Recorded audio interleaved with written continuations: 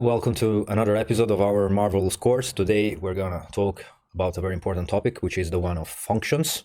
We left with this abstract view of what is a computer. Basically, I have a arithmetic logic calculator, which is the ALU, inside my central processing unit.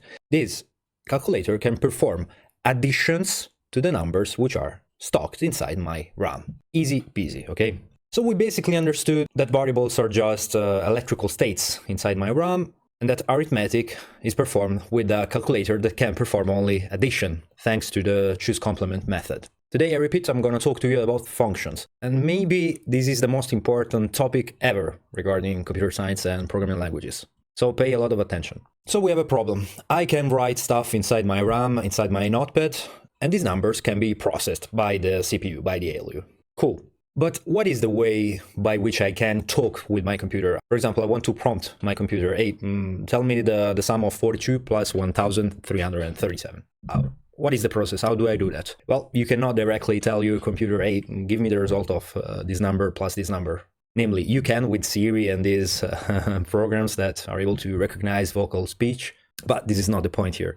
The principle that you have to understand is that you have to speak to your computer with a specific syntax. Computers are not able to understand natural languages. For example, Italian, English, French. They can understand only very, very, very specific commands. They don't withstand any kind of error. They need to receive very specific commands with a very specific syntax. For instance, we humans can understand one each other even though the words are not totally correct, even though the grammar is not perfect. Like now, like we are doing here. For example, I am an Italian guy. I'm trying really hard to speak a correct English, but every now and then I forget about the S for the third person, and I cannot speak very, very well with a good accent, right? Nonetheless, you can understand what I'm saying. Well, computers cannot do that. If you don't tell them exactly what you want to do, they don't understand. For example, let's try to do something. We know how to write variables, and we know that we can perform arithmetical operation to these variables. Let's try to write something together. By the way, this is Vim. This is a program which is inside my terminal. Don't worry, you will learn about terminal and text editor to write code in the following lessons. This is not the point now. So just watch what I'm doing and try to understand what is going on. So I want two numbers. I can say, please computer, give me 4 bytes, okay? So I'm typing int, because you perfectly know that int is 4 bytes, right? Basically, is this slide here? You remember you can have char, short, int, and long data type, which are part of the integer data type. Every data type has a specific number of bytes that is gonna take in memory. So you will say, please computer, give me 4 bytes, call these 4 bytes NB, and assign the value to these 4 bytes of 42, okay? I can write 42 like that, or I can write the same variable like that in hexadecimal, you understand from the previous video, or you can write this one directly in binary, so it's gonna be 0B, 00, 10, 10, 10. So you see, I'm gonna turn on and off directly the bits, so I'm gonna work directly on the binary level. Of course, this is the best way to write your code, because remember that your code has to be readable for all the people. This is not at all readable if you're not fancy with the C language. This is the best way to write a number. We all understand base 10, so this is perfect. Anyway, when you have these slashes, this code is not valid. It is just a comment for us. So I have in my memory this variable here. Then I'm going to say, give me another 4 bytes. Call these 4 bytes NB2 as the second number, and assign the value to this variable of 1337. Cool. Then I ask for other 4 bytes. I'm going to say, okay, these 4 bytes are going to be total. And I assign the value of NB plus NB2. Perfect. Cool. Let's understand very well what happened here. Here I have another program that is just printing what is going on with our variables, and yeah, by now just give attention only to these 2 lines. This is the variable declaration, as we say in jargon, and this is the variable initialization. Basically here we say, dear computer, just give me 4 bytes in memory and assign the name NBR. The name is just a tag for me to simply take back the value when I need. For example, when I need to make an addition, like you just saw before. Then this line is an initialization. Namely, we're gonna give the value -42 to the variable mbr, okay? So these are just magic lines that are gonna print the binary configuration. You will see immediately. Okay, so I just run this code. I repeat to you, I will explain all the compilation, running, and stuff regarding how to make program run in further lessons, not now. So run the program. So you see, here we have this output that is telling us we have a variable that has the value -42, okay? And this variable is found at this address. Here there is another little trap. Essentially, this is not the physical address in your RAM. This is a logic address. By now, we shall not deepen our understanding of this concept, but to make it super simple, and this is the way to reason, by the way, this is the correct way, you have a variable that is at this address. I really don't care if this is a real physical byte or a logic byte. So to me, as a programmer, this is the address of this variable. Namely, it is a specific byte in my physical RAM. A RAM can be usually 8 gigabytes, 16 gigabytes, namely 8 billion bytes, 16 billion bytes, roughly, not exactly 8 and 16, but this is another subtlety that we are not gonna explain now. So we have this variable -42, and this is the binary representation. I have the choose complement way of representing negative numbers, so I have this specific configuration. I explained this concept in a previous video. Of course, I have only 1 byte because this is a char. Let's do something different. I'm gonna do int NBR, and the value is gonna be 1337, okay? Basically what I did before. That's the same concept as before. I have this variable with this value, which is at this address, logic address. And here are the 4 bytes, okay? The 4 bytes, this is an int, so I have 4 bytes. And this is the value 1337 in its binary representation, cool. And just to recap the previous lesson, I'm gonna change this to a char again. So I have number 42. This, you know perfectly well by now, is gonna be 1 byte with the binary representation of the value 42. And I repeat to you, when this number is gonna be negative, it is just the binary configuration reversed, namely every bit gets reversed +1, okay? That's how it works. So when you declare a variable, there is 1 byte, 2 bytes, 4 bytes, 8 bytes that are allocated, as we say in jargon. So are booked. These bytes are for this variable, okay? So these 8 bytes, 4 bytes, 2 bytes, in this case, char 1 byte, is booked for the variable NBR. NBR is a tag for me that I want to use in my programs. Here, with this line, with the initialization, I'm just gonna turn on and off all the bits, such that these bits are gonna represent the value, -42 in this case. That's exactly what is going on with all the variables deal. So here, in these code lines that I wrote before, I have 4 bytes in memory with the name NB and the value 42. 4 bytes with the name NB2 with the value 1000, and another variable that has the name total, still 4 bytes, that contains the sum of NB plus NB2. Okay, very cool. And now, how do I see the result? Well, show me the result. No, it doesn't work. I cannot only just mock the computer to give me back the result. I need something. I need a special way. I need a specific syntax, a specific grammar to have a discussion with my computer. Yeah, you properly guessed. I need a function. I need a function to see the result. So you see this time Fry is telling something very strange to Blender. I have this hashtag include stdio.h int main, something very strange that we don't understand. Maybe the only thing that we can see and perceive is the 42 plus 1337 inside the curly braces in the printf, but the rest is almost strange, very cryptic. Nonetheless, Blender this time is showing the result, because this is the way you can give commands very precisely to the computer. To make it clear, if this code was written not exactly like that, it wouldn't work. For example, the semicolon at the end of the printf or the hashtag just next to the include. It has to be written exactly like that. Computers understand very, very strict commands. So you can speak with your computer through functions. That's the main idea I want to convey to you. So the magic secret to speak with our machines is just functions, I repeat to you. So what is a function? We can abstract this concept of function with the black box magic, namely a piece of code that is able to take some inputs and gives me back some outputs. For example, in this case, I have some inputs, which are the numbers 42 and 1,337, and I get as an output the result that I want, namely the sum of the previous numbers. In this case, I have 1,379. This is the output that the computer is giving me back. The inputs come from me and just typing inside the RAM, thanks to the keyboard, which is just a fancy pen that allows me to write inside my computer. Then the computer is giving me back the result. So very abstractly, a function is a black box that is able to take some input and gives me back some output in a rigid way. It means that given the same inputs, I always get the same outputs. Okay, so let's see the syntax of a function. I have here an int, a main, 2 curly braces and 2 normal braces, and that's it. You see that the curly braces are like delimiting a space.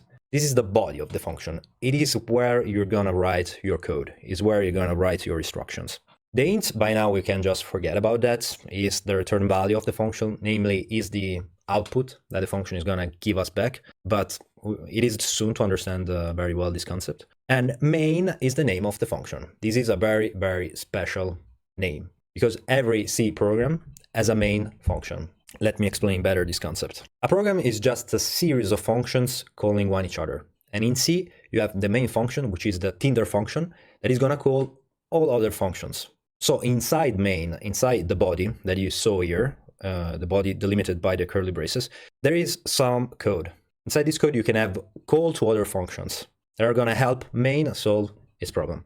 Okay, by now it's not understandable what is going on. If you're a total beginner, you will understand later. So don't try to force it. If you don't get it, don't worry. Let's go on. So let's write our program through functions, which is the way by which we speak to computers. So you see here, I have my block, my magic box, in which I have the return value int, the name of the function main, and inside I have my code, the one you saw before. So let's change the code I brought before. I have int, which is the strange return value that now we are not gonna understand. Main is the name of the function. Then I have my opening curly brace, and at the bottom I have my closing curly brace. Boom. You see?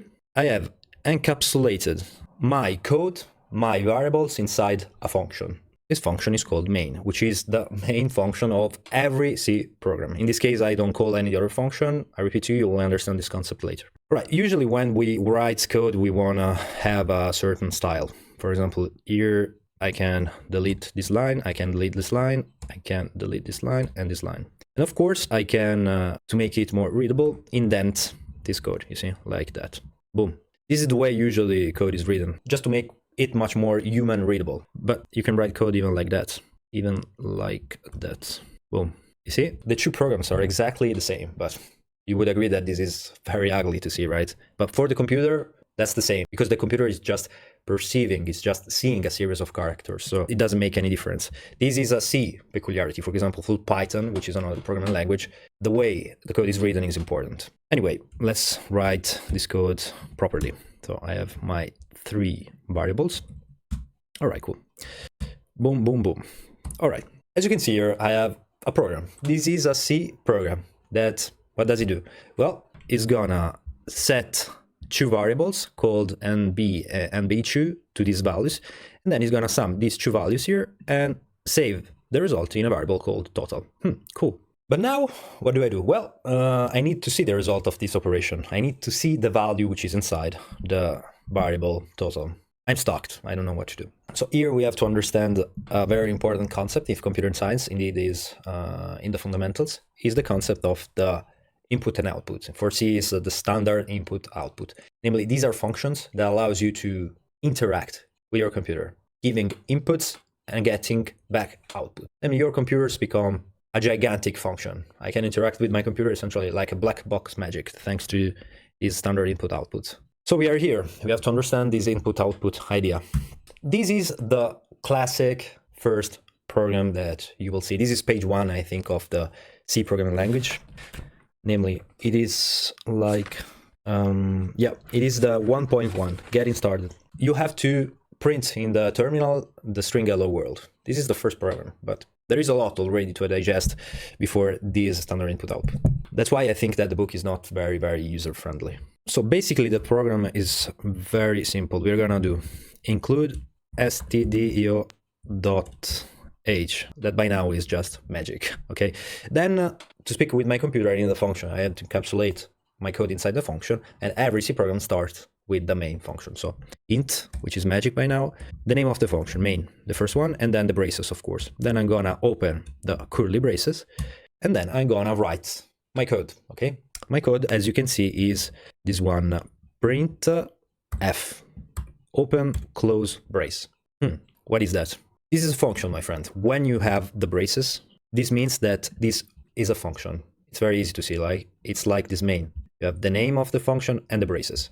Name of the function and the braces. So I have a function that is called printf. What is doing this function? I don't know.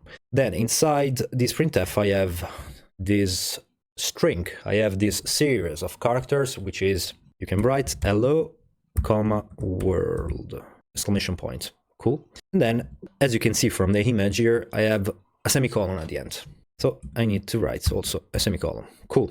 By the way, this is a standard way of understanding all the languages. It's here. Hello world in all the languages. Here you have, for example, some programming languages, for example, Python, PHP, Swift, C++. And here you can see the way by which hello world is printed in the terminal, namely in the black screen I'm using now. You can see Python, how easy it is. You just print hello world and that's it. C++, which is the C language with steroids, basically. Look, the hello world program, how is that? How cumbersome it is. So anyway, this is the classic first program for every programming language. So this is really the first step you're making into the C language, even though, in my opinion, this is not the first step. As I showed you, there is a lot to cover before this point. So what's happening basically here? I'm going to compile with this command that you will know very soon. And then I'm going to launch with these other commands. As you can see, I have the string. This is called the string in computer science, namely a series of characters inside my terminal. That's it. This is your first program. You are able to give an input to the program, and the program is able to give you back the input in this case, which is hello world. Congrats, you performed your first program. Now you have to understand what is going on. You see that this print function is able to, in some way, give back a specific input. In this case, the input is hello world. Namely, is able to print, is able to show in the terminal this specific series of characters. Maybe this function is useful for me that I want to see the result of an addition. You see here, I have my program with my main function. Maybe I can do something like that. I can do printf, the braces, because this is a function. And here I can write, I don't know, total, like that. And then the semicolon at the bottom. You see, every instruction has the semicolon at the top. Because you see, this is an instruction. This is another instruction. This is another instruction, and this is another instruction. Namely, you do, a computer, give me 4 bytes, call them NB, and set the value 42. Done. A compiler, a computer, a compiler, compiler is just a translator. Anyway, it's the same idea. Give me 4 bytes, NB2, set the value. Done. Check. That's the same idea here, and that's the same idea for every instruction. The semicolon is just for say, hey, this is an instruction, this is done, congrats. Here we have another instruction. Maybe I can do like that, right? Printf and then total here, which is the name of the variable. Let's see if it works. So I'm gonna try to compile the code. And as you can see, I have an error. The first time you see an error, this is a bug, you know? By the way, I don't know if you know, but we call a bug because back in the days, well, a bug was literally a bug. It was a moth in a relay. Relay are just mechanical transistors. Nowadays we use electrical transistor, but this is the way it is. A bug was literally a bug. That's why the program didn't work back in the day. So this is a modern bug, which is telling us something very strange. Namely, I'm calling this function. The program is just telling me, hey, probably you have to include this strange stdio.h. Or explicitly provide a declaration from printf. So I think we have to understand what is this include stdio.h, right? That's the point we are missing in our comprehension. stdio.h is a file which is in your computer already. This is a special file that contains a lot of functions that I can use in my program. Specifically, this is a file that contains all the functions related to input and output. Indeed, this file is called standard input and output, just to make it crystal clear that it contains all the files related to input and output. In between these functions, there is the printf function. Indeed, this is a function that allows me to get an output, get the result of a computation, or get the string hello world, or whichever output. And I'm telling you, printf is the function you will use the most, because that's the one you're gonna use to debug your code. You will understand this doing the job, believe me. So as you can see inside the standard input output, I have many functions, which are represented by this black box magic. So how do you know this concept? How do I know that this file exists? Well, you just have to go to Google and type standard C library, okay? And then you can go here, for example, standard C library, other files. And here you have all the files with this H at the bottom that I will explain you what it is. Like, for example, float.h. Probably this is a file that is working with the float data type, right? Limits.h, something that works with the maximum value of numbers, for example. This is easy to understand. Math.h, common mathematics functions. Let's see what it is. Well, inside this file, I have all the functions that are performing some mathematical operations. For example, I have the power function here, you see? And the power function is just giving me back a power, for example, 2 elevated to 10. This is a function that I can take from this file and use in my program, thanks to this specific file, math.h. And I have, as you can see, a lot of functions that I can use. Okay, let's go back. So this file here contains a lot of functions that are used for mathematics. Then I have other files. As you can see, there are many ones. And look here, I have stdio.h. And the functions which are inside this file are input and output. Let's click in. And as you can see, I have even here a lot of functions. For example, file access function, formatted input and output. Then I have a lot of functions really, but we care about these ones. As you can see, even the printf have different flavors, but we care about the printf. What this function is doing is prints formatted output to the standard output. In our case, the standard output is the black screen, namely the terminal, okay? Of course, there is more in this standard input output deal, but by now I just want you to really grasp the fundamentals. So I click here, and I have my printf, which is this function here. Here you can see all the description of the function, how it works. As you can see, it's long. Basically, you have this black box magic, and this description is telling you how to use it and what you can expect from this function. To make it crystal clear, I'm gonna use the ChatGPT that is always giving you back very easy explanations. And I'm gonna ask, explain me the API, this is really interesting word, of the printf function in C. Very easily. So API is a word that means application programming interface, namely how you can use a tool, how you can use something. You have this black box magic that is called printf. How can I use it? Now ChatGPT is gonna tell us how to use the printf. Here, by the way, is another page that is useful for this specific problem. C library function tutorials point. I very usually use this one. As you can see here, you have all your H file. H stands for header. It means that this file is always at the top of your program. And as you can see, you have standard input output here, and yeah, you have all your functions here with all the details. Blah blah blah. We're gonna search for the printf function, which is this one. Okay, you see this here. This is called a prototype. Basically, it tells me very roughly how the function is made. I can see that it has an int as a return type that you will understand. The name of the function is printf, and it takes as an input this very strange element. I can see a char, and then I can see the star that by now we don't know what it is. This is the API of my printf function. The name, this is the input in the braces, and this is the return value of the function. Here I have the specifier and output, which are very important. And yeah, I think that's it. I suggest you to watch this page for yourself if you want to understand better. Let's see ChatGPT who told us. So the printf function in C is used to print text to the console, the terminal, the black screen. It takes a format string as a first argument. I will show you what it means, a format string, followed by a variable number of additional arguments that correspond to the placeholders in the format string. That's exactly what it is. It's easy, don't worry. The format string contains text that will be printed to the console, as well as placeholders for the additional arguments. These placeholders are denoted by a % symbol, followed by a letter that represents the type of the argument. For example, %d is used for integers, %f is used for floating point numbers, and %s is used for strings. Here, ChatGPT, amazing tool, by the way, is giving me an example. As you can see, the function is very similar to the one we just wrote, right? I have a declaration of a variable named its with a value 5. So this is a declaration here of a variable, and here you have the initialization. So you have declaration and initialization in the same line. The same here I have a float, value 314, and here I have a string. By now you don't have to understand this part. And I have my printf, as you can see here, look carefully. I have this %s, which is strange by now. The value of it's %d, and the value of y is %f. Then, as you can see here, I have 3 variables just beside the string, which is in double quotes, okay? So you understood from this explanation that these are placeholders.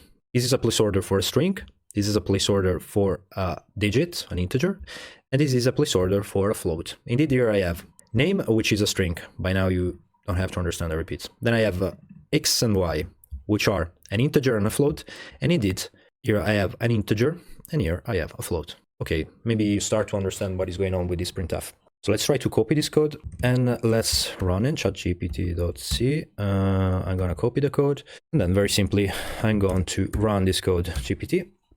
So I have this output. Hello, John. The value of x is 5, and the value of y is 3.14. So I have John, which is a string, 5 and 3.14. These were my variables here, okay? So the printf function is able to insert inside the string some variables, which are name, x, and y. This is the string, this is the digit, and this is the f. Interesting. So tell me all the placeholders available in printf. So as you can see, ChatGPT is giving me back all the placeholders, which are known as format specifiers. Indeed, that's why the function is called printf, print format. So it's going to print a string, namely a series of characters with the double quotes, with interleaved these elements, which are, for example, %d or I is the placeholder for integers, and so forth. So you have these format specifiers for all the data you want, basically. This you need to know by yourself. This stuff you can read in documentations, or you can ask ChatGPT nowadays. But basically, you should not know by memory all of them. You will memorize, of course, the ones you're using usually, but you can very fast watch on internet. That's why programmers need to know very well how to Google or how to prompt ChatGPT nowadays. Okay, let's try to do something. So I have to include this file, which is include stdio.h. So include is a command that is telling, hey computer, you have to link this file that contains all the functions that I need to use for input and output. In my specific case, I want to use the printf function. So we are here. I'm including this file that contains all the magical functions. Okay, that's the main idea. So I include this file in my program. Then I have my function, which is the main function, the first one of my program. And then I have my call printf.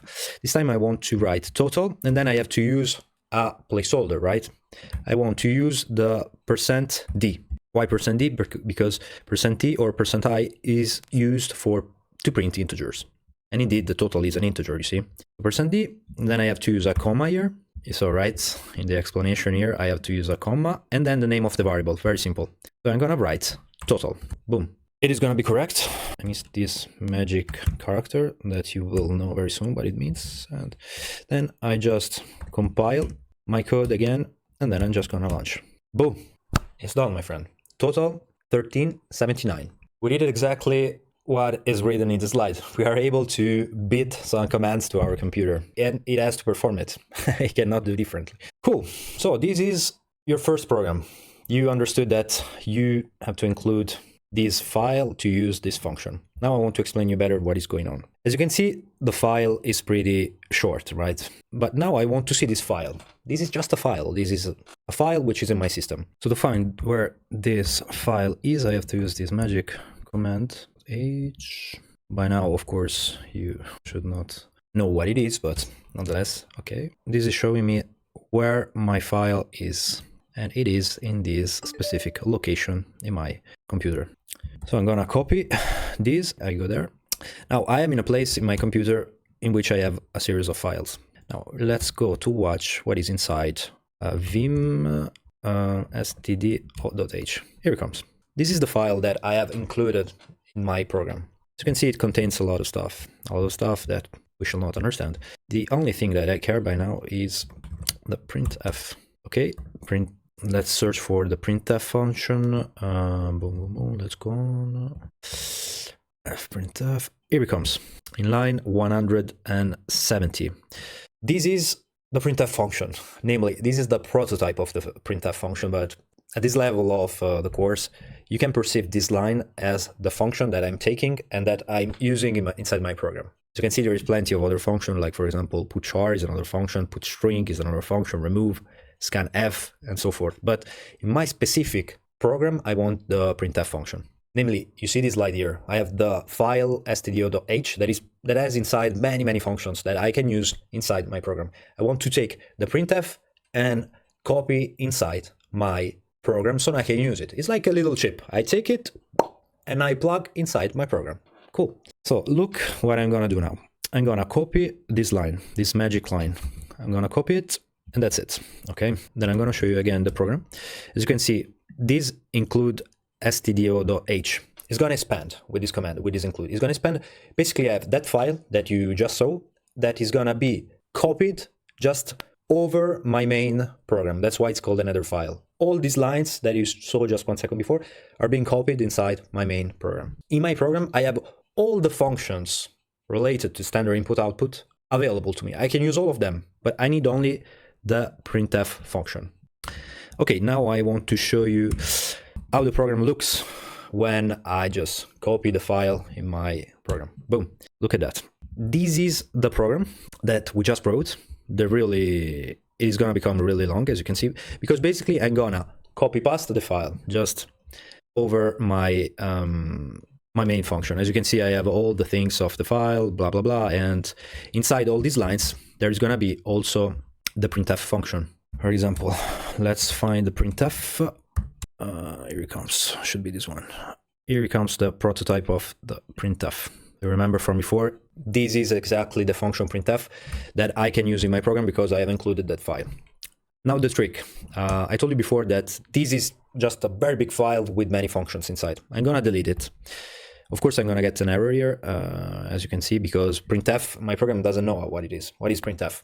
I don't know. This is like a black box magic that I need in my program. So what I'm gonna do, it's gonna be a trick. I'm gonna copy the function printf. I have to remove these lines, which are not necessary.